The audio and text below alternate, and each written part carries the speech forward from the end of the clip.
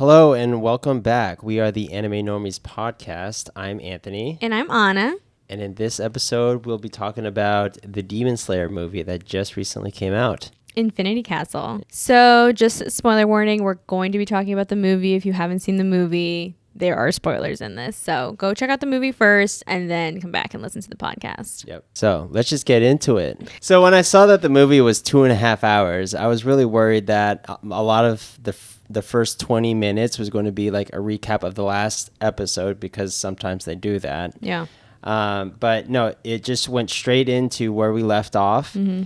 And it was very well paced in that first 20 minutes, just going straight into it. You know, everyone's falling, which is where we left off.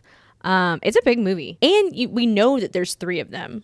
So it's like, yeah. I don't know. It's like, I knew we weren't really gonna see like Muzan. Like we were like gonna, obviously he's the like final boss. But I'm like, wow, like what are they gonna talk about for like 3 movies straight? Yeah. There's a lot. We're not manga readers. So yeah. Again, really had no idea how they were going to drag this out or I guess stretch it out with what was left in the story.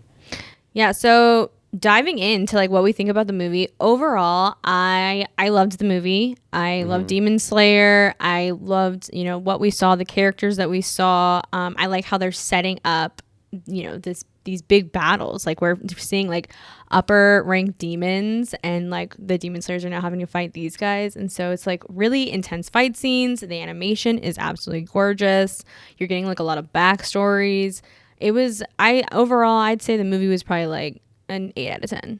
You know, as expected, the animation was great. The fighting and the choreography was amazing. It was probably some of the best that we've seen from the show, which is saying a lot because that's what the show is known for, is its visuals and its fighting. Just like knowing that you're going to see the Hashira being pushed to their limits against the strongest demons within this world and seeing that pay off was satisfying. Like, I expected Akaza and Tanjiro and Giyu to have the best fight imaginable. And, you know, the Shinobu fight, like, you know, we really haven't seen Shinobu actually have like a full-on fight, but to actually finally see her at her limit, it was very satisfying and probably one of my favorite fights out of all of Demon Slayer. So yeah, let's talk about that fight. The first fight right out the gate, Shinobu and Upper 2. Yeah. Which I was like really scared. I'm like, he's kind of strong. Yeah, he's kind of a big deal. And girl, you don't get down like that, really. She's known to be like strength-wise weaker. Yeah. But I mean, she's still a Hashira, so you still need to put respect on her name. And I think, my girl was holding it down. She held it down by herself. By herself, no backup, no help. My girl's holding it down by herself. Upper 2.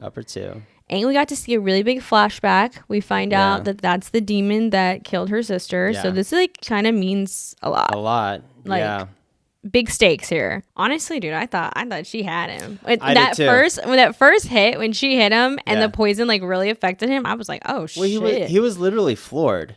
I was like, oh wow, okay. But I knew he was gonna bounce back, but I didn't know it was gonna affect him that dude much. Stab right to the eye, and he's like, oh my gosh, she's fast. And I'm like, that's right, my girl. She's quick with it. And I thought, you know, maybe she's got this in the bag. And then he like, you know, it's kind of super strong. Yeah. So he kind of brushed that off. You know, in his whole demeanor throughout the fight, like it really didn't seem like he felt like he was in danger, which in my mind, I was like, okay, if this guy doesn't feel threatened, despite how well she's doing, then, you know, this is game over. This fight was over before it began. The fact that she did hold her own and she was fighting him by herself. I mean, like the buildup, like I'm thinking like this is like a revenge story. Like she's going to get justice for her sister. I'm like there's obviously we didn't read the manga, so I didn't know that she died at the end of this fight. And so I was kind of shocked and really sad. I thought that we were going to like see justice. Yeah. She was going to do this for her sister. And especially when she was like, you know, she was really down for the count at that one point where her like lungs are like collapsing and my girl's like bleeding out. She's like coughing up blood. And he's like, yeah, your lungs are turning necrotic. I'm like, oh, fuck. It's over for her. And then, you know, anime, they're like, I'm going to exceed my limit. I'm going to do this for my sister. Like, we're doing this. And then she like gives this like last lunge, and I'm like, yes, girl, like this is it. And then she dies. I was like, oh, Well, shoot. I thought I really liked finally seeing like her breathing technique. Again, we hardly ever see her in a full-fledged fight, and seeing her at her best was awesome. Like the fact that she was able to really show the speed, and just like I thought that was kind of cool that she can kind of rotate and switch through poisons. I thought that was kind of unique and kind of cool. Obviously, I mean, if you're going to be a Hashira, you got to have a few tricks up your sleeve. Yeah, right? I mean, you can't just. Turns out you have to come with more than one poison, just in case. You got to mix it up. Yeah. Oh my gosh. And then when Kano comes in at the end, like right as she's being crushed to death, I'm like, this is sad. This is so sad. Before we even get there, let's talk about how he really does like respect her. He's like, you did your best. Like you really tried your hardest and you did well. Yeah. But at the end of the day, she was no match. She essentially says, go to hell, fuck you at the very end of the fight. But that kind of leads into something that I really noticed that this show does really well. And that's showing the power scale between the demons and just humans. Yeah. Like it really is, the demons really do strength-wise have a huge advantage over these Hashira. And the Hashira are supposed to be like the best of the best. Yeah. Yet they still, I mean, on paper, shouldn't be winning any of these fights. Like they're fighting a losing battle. And the fact that Shinobu did her best and still didn't even come close to beating him. Did she have a Demon Slayer mark?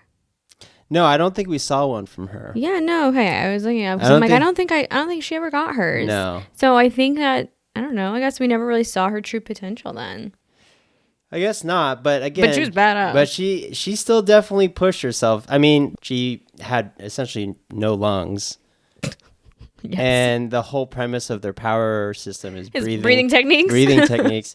And my girl can't breathe. She can't even breathe, yet she's doing like these crazy breathing techniques and executing and still landing hits, multiple hits on this upper demon who's way overpowered or compared to her. It was pretty horrifying that he just like kind of absorbs her.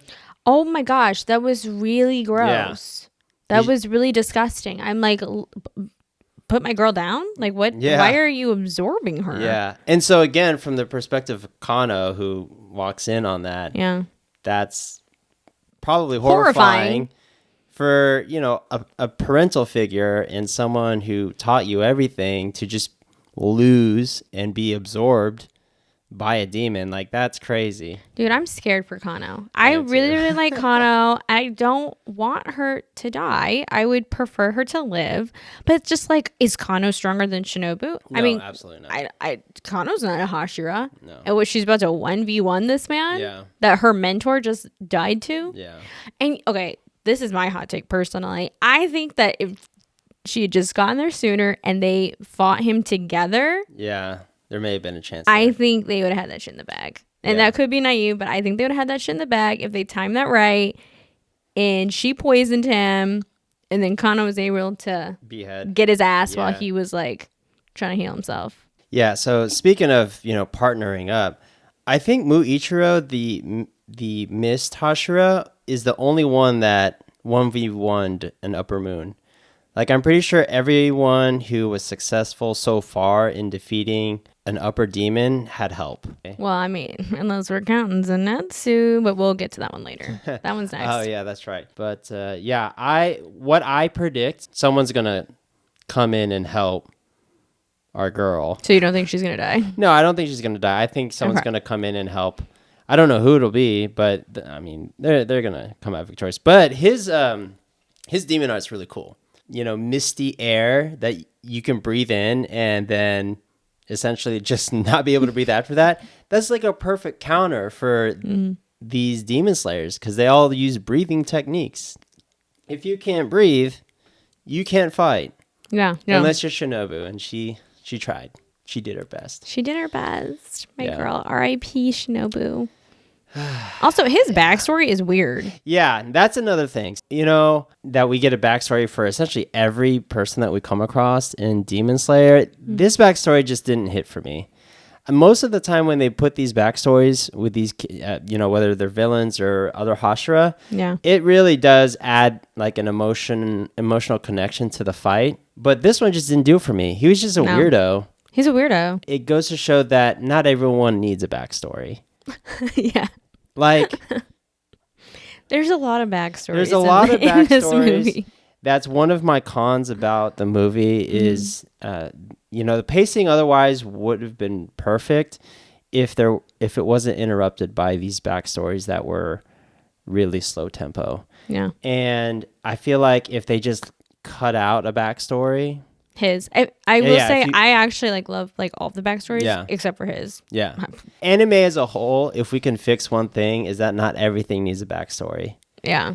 And a little tangent here, that reminds me of in One Piece when a random dog got like a 15 episode backstory about his owner who had this pet store Yes. that got burnt down.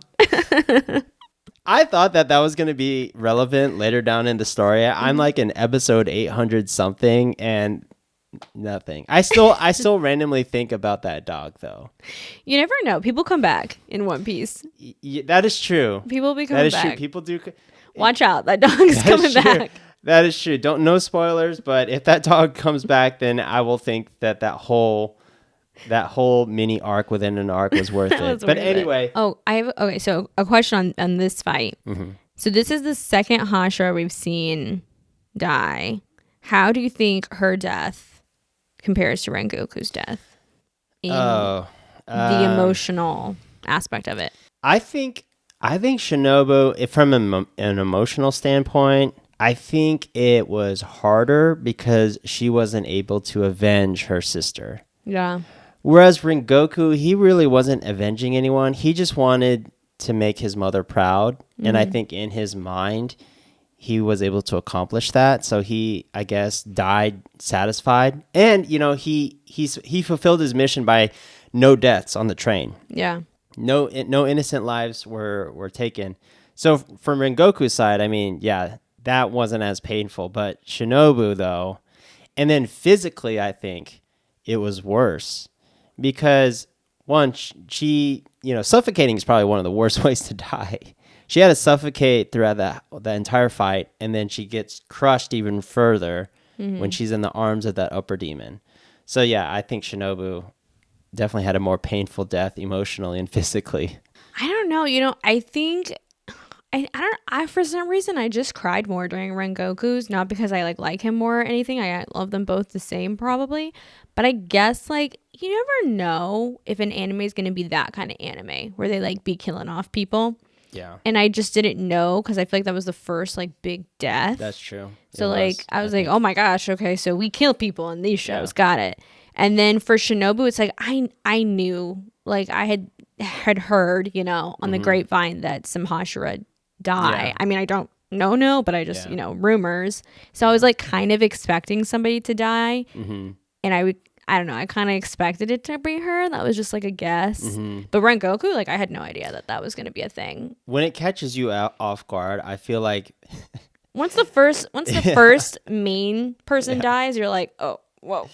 yeah, no, I think when a death catches you off guard, for me, it makes it more emotional. I will, another tangent here. When I watched the first episode of To Your Eternity, I had no idea what that anime was going to be about, and so when I watched that first episode and I didn't emotionally prepare myself or expect an early death of who I thought was going to be a main character, I was bawling my eyes out in the airport. I was trying to hide I don't know why I was watching in the airport, but I was trying to hide my face because it looked like I was legit crying in there. And so, yeah, same with Rengoku. I didn't expect him to die because I didn't think it was that type of show. And so, yeah, I agree. Yeah, I guess I was sadder. But for Shinobu, I feel like that one hurt more though. Because you, like you said, she doesn't get justice. No, she doesn't. It's just a very unsatisfying end for me personally. Because I'm like, gosh, this sucks. He killed your sister. He killed you. who's next, Kano? Oh my gosh. Like, yeah. so I don't know. That one just is like really unsatisfying for me. If any of the Hashira were gonna die, I was really hoping that she wasn't one of them. Yeah, I know. Yeah. She's so sweet and I really like her. Yeah.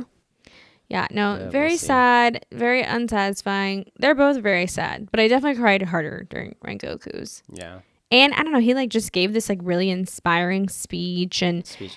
then you have the crew there that's like also crying alongside of him and they're bawling and so now I'm bawling and then I don't know, Shinobu's just so sad. She's like essentially like dying alone. Kano has to watch. Then she gets absorbed. That was fucking gross. Next fight we have Zenitsu versus the Upper Six. Dude, okay. I just want to talk about this because I feel like we don't hear a lot about this, but Zenitsu's character arc kind of goes crazy. Like this man was a crybaby. Like you had to drag him to the fight. Yeah.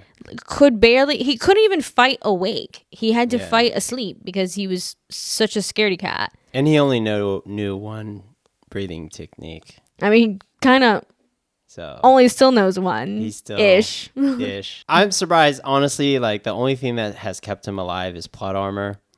No one realistically should be able to survive that long in this world with one breathing technique. He's literally fighting asleep.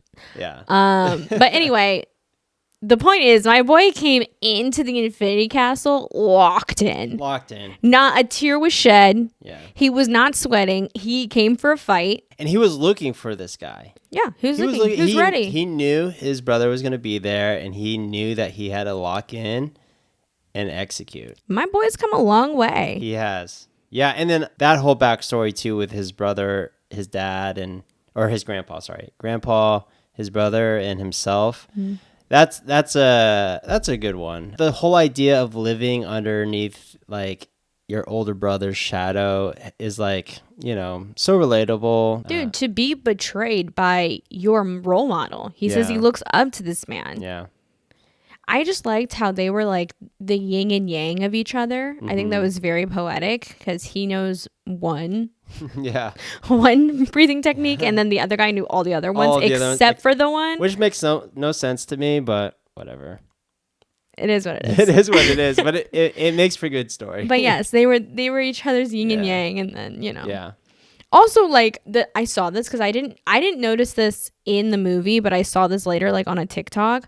But that guy, his brother, was the villain of another backstory too. Mm-hmm. That he was like the guy that like told the demon where the Stone Hashira and all those other like orphans were, yeah. and dipped out. I'm Yeah. like, dude, this guy real sucks. He's a sellout. He's like one of the biggest sellouts ever. He betrays them and then becomes a demon. Yeah. Oh, this guy, like, bro, you're in He two backstories sucks, and you're an asshole in both. Yeah.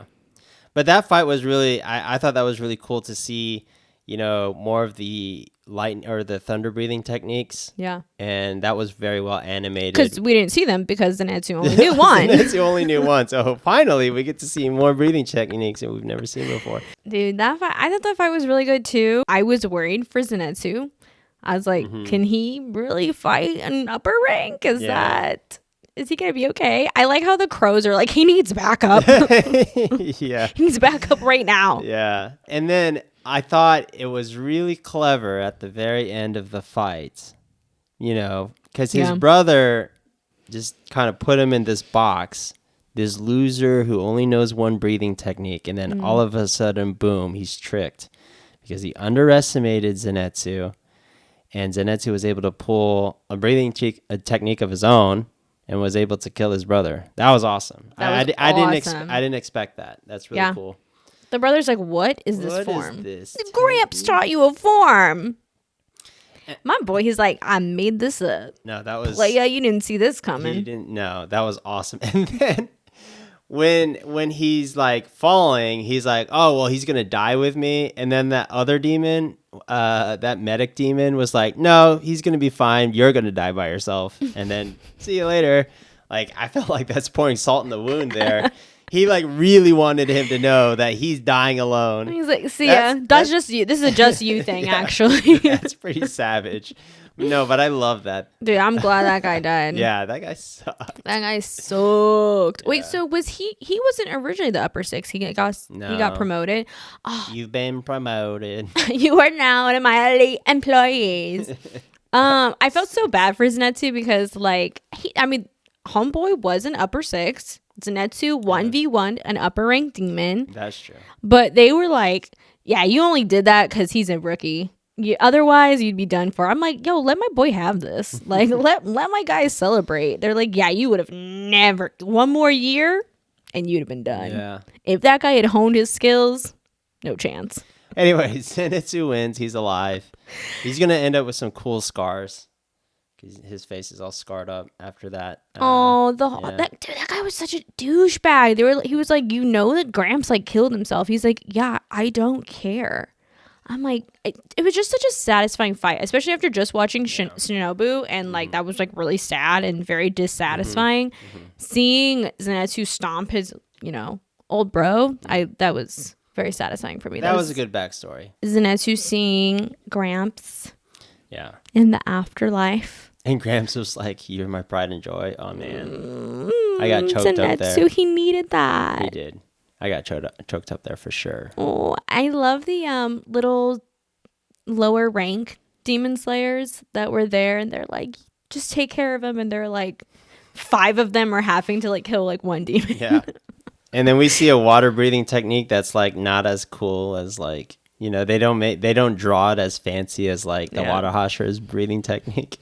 Dude, the Hashiras, they're killing like 100 demons in like one swing. Yeah. And these like other demon guys, like they're having to like 5v1 a demon. Again, like I said, the power dynamic is crazy. Dude, and the fact that they didn't even like, the crows didn't announce that. Like they weren't like, hey, Zenitsu, like he just killed Upper Moon 6. Did they not? No, they didn't announce. Wow. They were announcing everything else. They were like, Zenitsu's sorry ass is about to go against one demon. Like, everyone hurry, back up. But they weren't like, oh yeah, he defeated him by himself. Wow, I didn't catch that. The lack of respect. Right? Put some respect on my name. Yeah. Put out a PSA. He soloed him.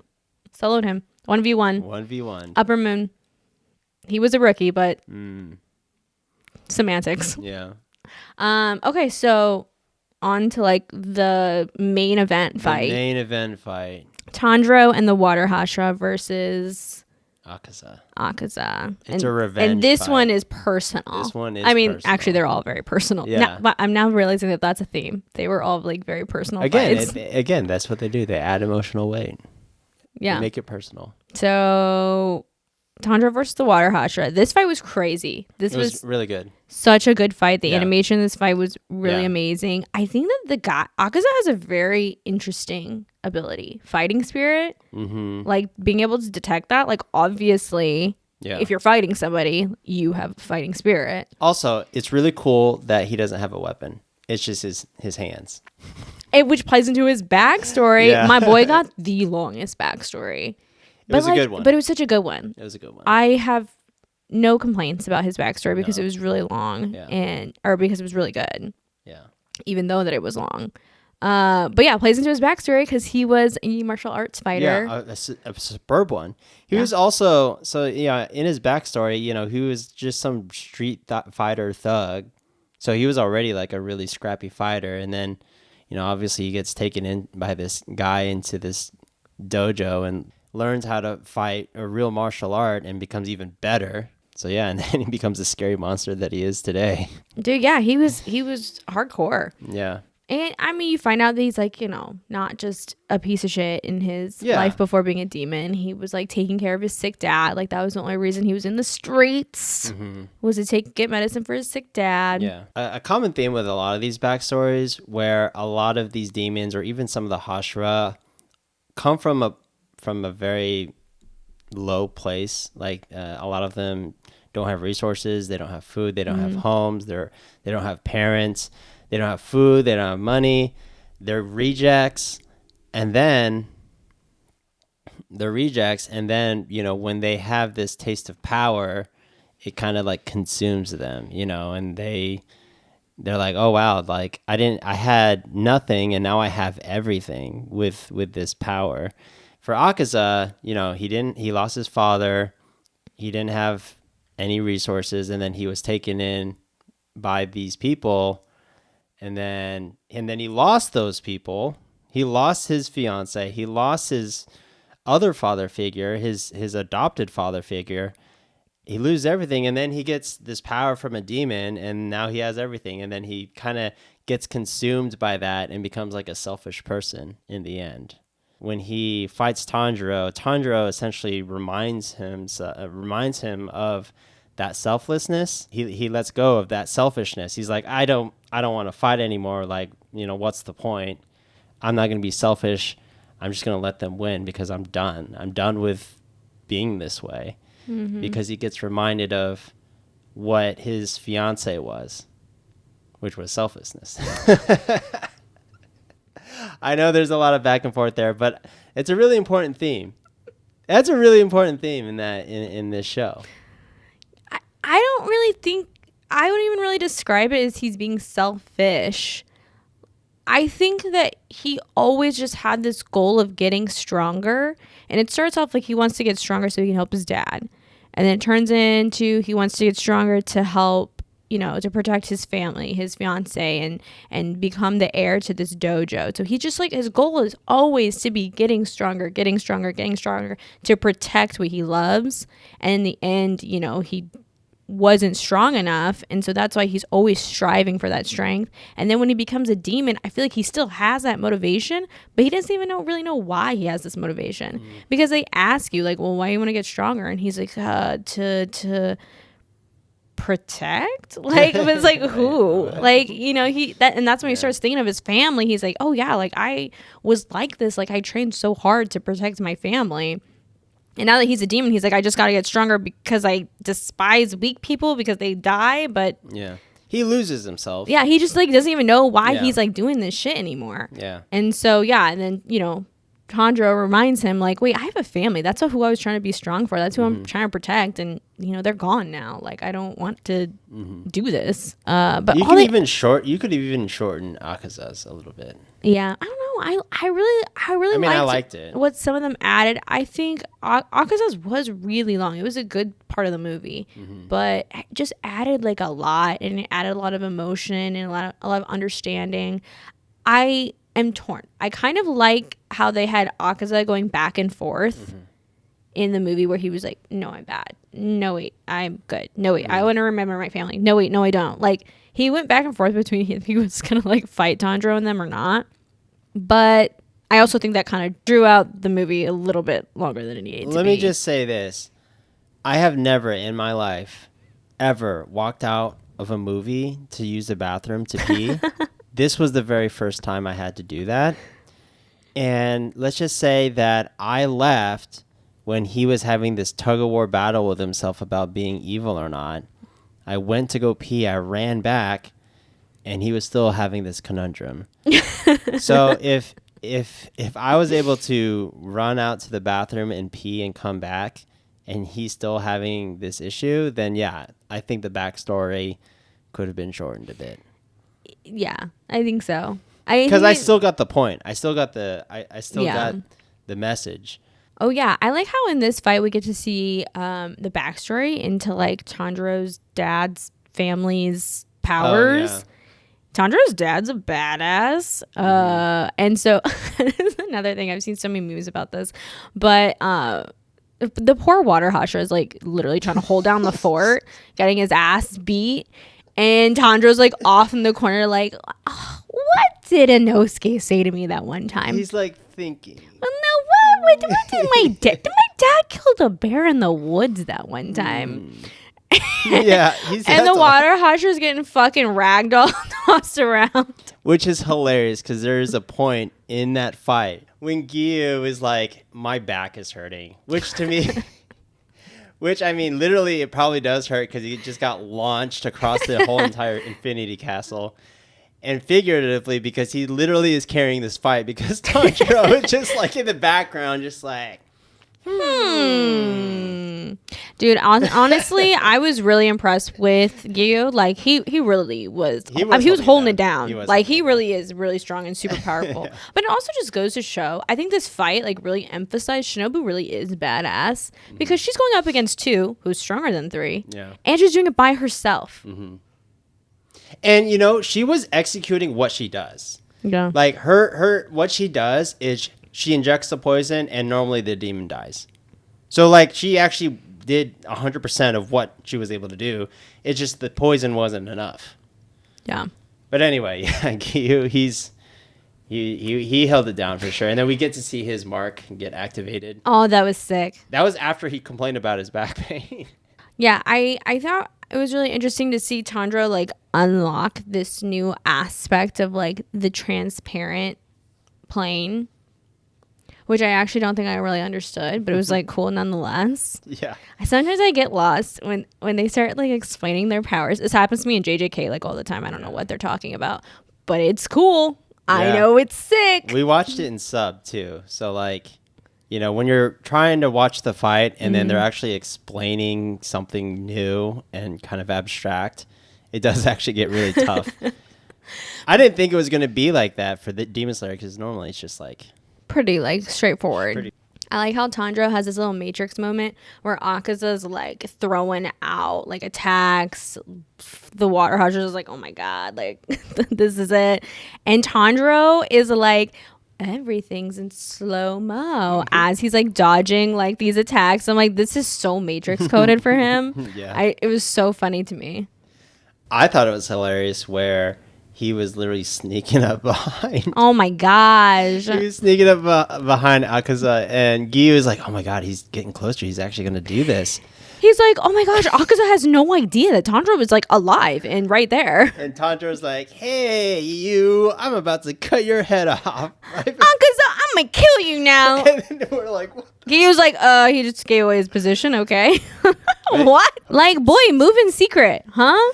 You don't have to. Why would you telegraph? That's another anime thing. Why are you telegraphing your moves? Why do you have to yell it out? Tanjiro was just really confident that he was going to get his ass, which he did. Maybe he thought it was more honorable to be like, hey, this isn't just a sneak attack. I'm actually going to kill you, and you're going to know about it. Dude, I knew it was too good to be true. When Tanjiro cut off his head, I was like, what's going to happen? Like, like that one time when they were fighting those demons in the Pleasure District and they like, you had to like cut off both their heads at once. Like, you never freaking know. Yeah. And so I'm like, something is afoot here. It's an upper moon too. There's no chance. Yeah. And then Akaza's head dissolved. And I was like, oh, wait, like they've done it. They did it. Like, this is real now. Mm-hmm. Like his head just disappeared. And then they're like, oh no, Akaza's like, he's evolving into something stronger. I'm like, of course. And his body's like moving without the head. Yeah, his body's starting to regrow a head. I thought it was actually really cool when he like caught his head and like pulled it back down. That was kind of cool. No, I was scared. Yeah. And then Gyu like knocks it off, and I'm like, okay, we're in the clear. We're good now. But then he starts growing a head back, and I'm like, yeah, okay, this would happen. Mm-hmm. They get ya. They make you believe. Mm-hmm. Yeah, I know. Honestly, like you start thinking about, like they did not win that fight. They didn't win that fight. They were very lucky that Akaza just called it quits. Yeah, he saw his fiance and called it quits there. Otherwise, I don't think they would have had that one in the bag. Nope. Dude, the backstories, they always do this. They do this. They make as soon as it's time to kill a demon, all of a sudden their backstories are super, super sad, and then you feel really bad for them. And like, he's bad. He killed like a lot of people. Yeah, that's the thing. He's not like, good. Okay, he doesn't get excused for the atrocities that he committed. Dude, he kills hundreds of people. Yeah. But they show me 5 seconds of him and his fiance and how he cared for her when she was sick. Yeah. And all of a sudden I'm like, oh, I hope he could go to heaven with her. Like, no. There's no excuse. Like, wait a second. Actually, he's kind of a really bad guy. He still has to go. He still is going to hell. I don't know, but I get very torn. Why do they do this? They make me feel bad for the demons. Well, that's good storytelling. I Good writing. that's usually how villains are made. They have really sad backstories. Yeah, and they have like legitimate Trauma. reasons to be angry. But that doesn't mean you should kill people. That doesn't excuse being a mass murderer. Yeah. Aaron Yeager was not right. Okay. No, so yeah, the fight was sick. I think it definitely lived up to like being the finale of this movie. For sure. I have some honorable mentions. Okay, let's hear your honorable These aren't mentions. fights, but these are just like little points I wanted to drive home. The Ubuyashiki children just locking the fuck in. I was so obsessed with them. Like their dad just died, their sisters died, their mom just died, and they were like, nah. The sister's in the back crying. He's like, bitch, shut up. He's like, do your job. We cannot lose here. Everyone lock in right now. Yeah. And they're trying to map out the Infinity Castle. Yeah. It's literally called the Infinity Castle. It goes on for infinity. So, and they're just drawing this map. No, and then at the end it changes. So Yeah. they did all I know. they did all this work. That's another thing. That demon, the Biwa player demon, like honestly, I low-key stain her because that is a really cool power. That is a cool power. That is so cool. They gotta take her out. Like She's- immediately. She's probably stronger than Muzan in that scenario. You literally control the reality of that dimension. That is like a god power. She's crazy. They need to get her immediately. I don't know how they're gonna defeat Muzan. She needs to be promoted to 1. Upper Moon 1. That's another thing. We saw a glimpse of Upper Moon 1, Yeah.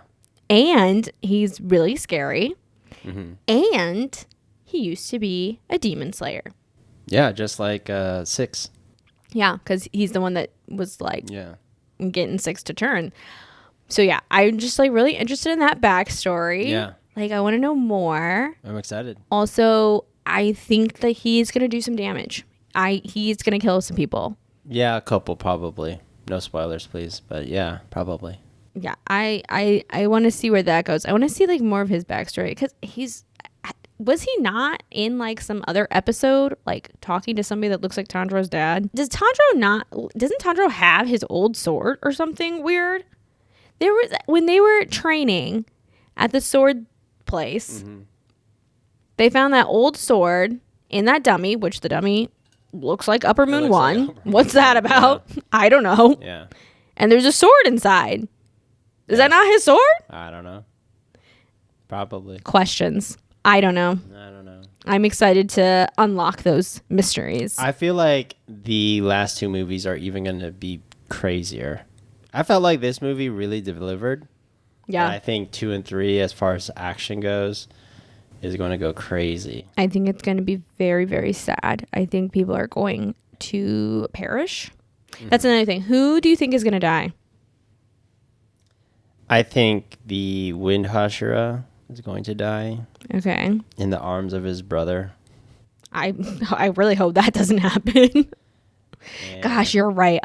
2 brothers. There's no Yeah. chance they both survive. you can't have 2 brothers. Not survive. 2 brothers. I think the Stone Hashira might die. Really? He's so strong. Exactly. I don't know.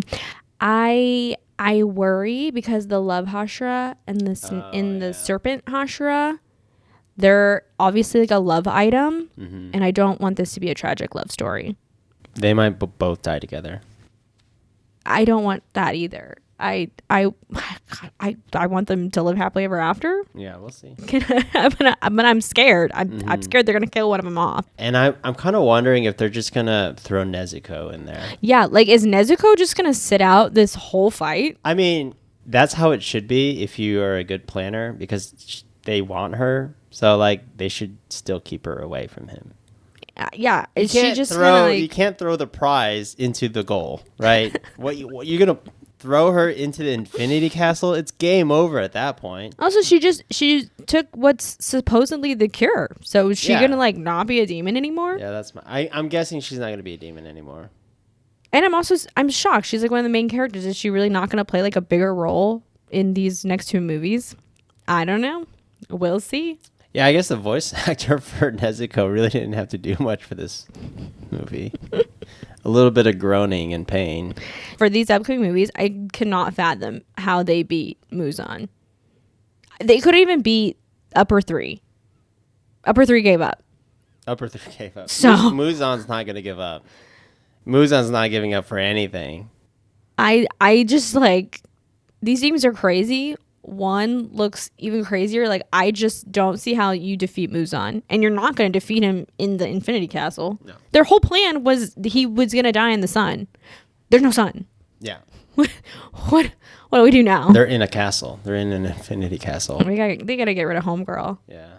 But I think that's how he's going to die. It has to be by the sun. I think it could be improved, but I still think the movie overall was great. And Yeah, I still love the I backstories. I think the movie was great, and obviously, if you've never seen the show, you can't watch the movie. For you newcomers to anime, even though it's really popular and stuff, like you can't just jump into it. Oh, can the movie stand alone? Yeah, no. Oh no. No.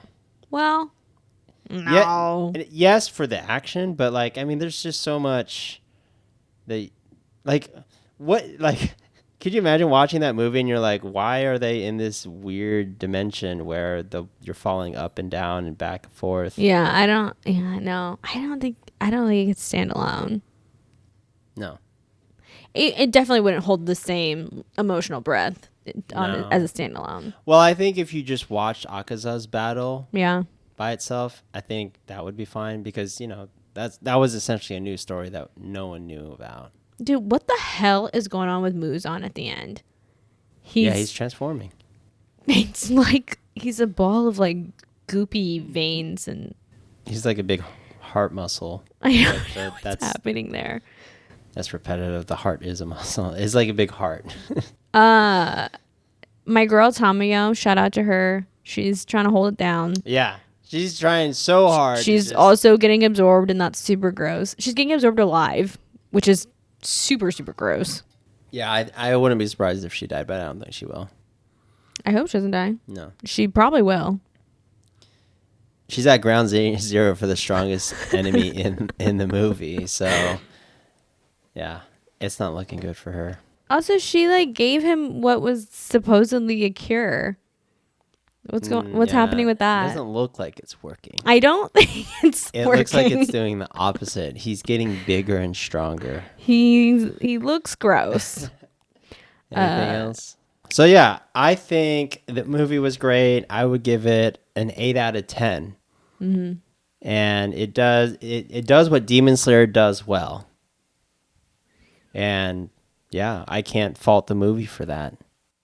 How do you feel about it being a movie instead of just like more anime episodes? I like the idea of making the finale like a movie. It just makes it builds up the anticipation and just like being like hearing the hype around a movie is I think just makes the experience overall better. Not to mention like being in a theater, obviously Yeah. the visuals are better, Yeah. the sound is better. The sound is better. It feels more It feels more special. yeah, it's more of a Yeah. spectacle. And it's very seldom that you get to see an anime on the big screen that's not a Studio Ghibli film. Yeah. I thought that was really cool. And to see previews for like Chainsaw Man, because that movie's coming out soon, like I've never seen that before. I love seeing people dress up to go to the movies too. Yeah. They're like in cosplay. I feel like I'm like with my like comrades. Like we're here. Yeah, and shout out to Demon Slayer for doing well in the box office. It's like number 1 in opening week. So You know. and that's and that's us anime peeps, we had to show out. and that's for people who have watched anime. Like if you threw in like an anime movie that newcomers can go and watch, then the numbers could have been better. Yeah, maybe. I don't know. I don't know. Movie was good. If you haven't seen it, you should go watch it. Join us for the next episode. Like and subscribe. Leave a comment or review. And thanks for listening. Thank you. Bye.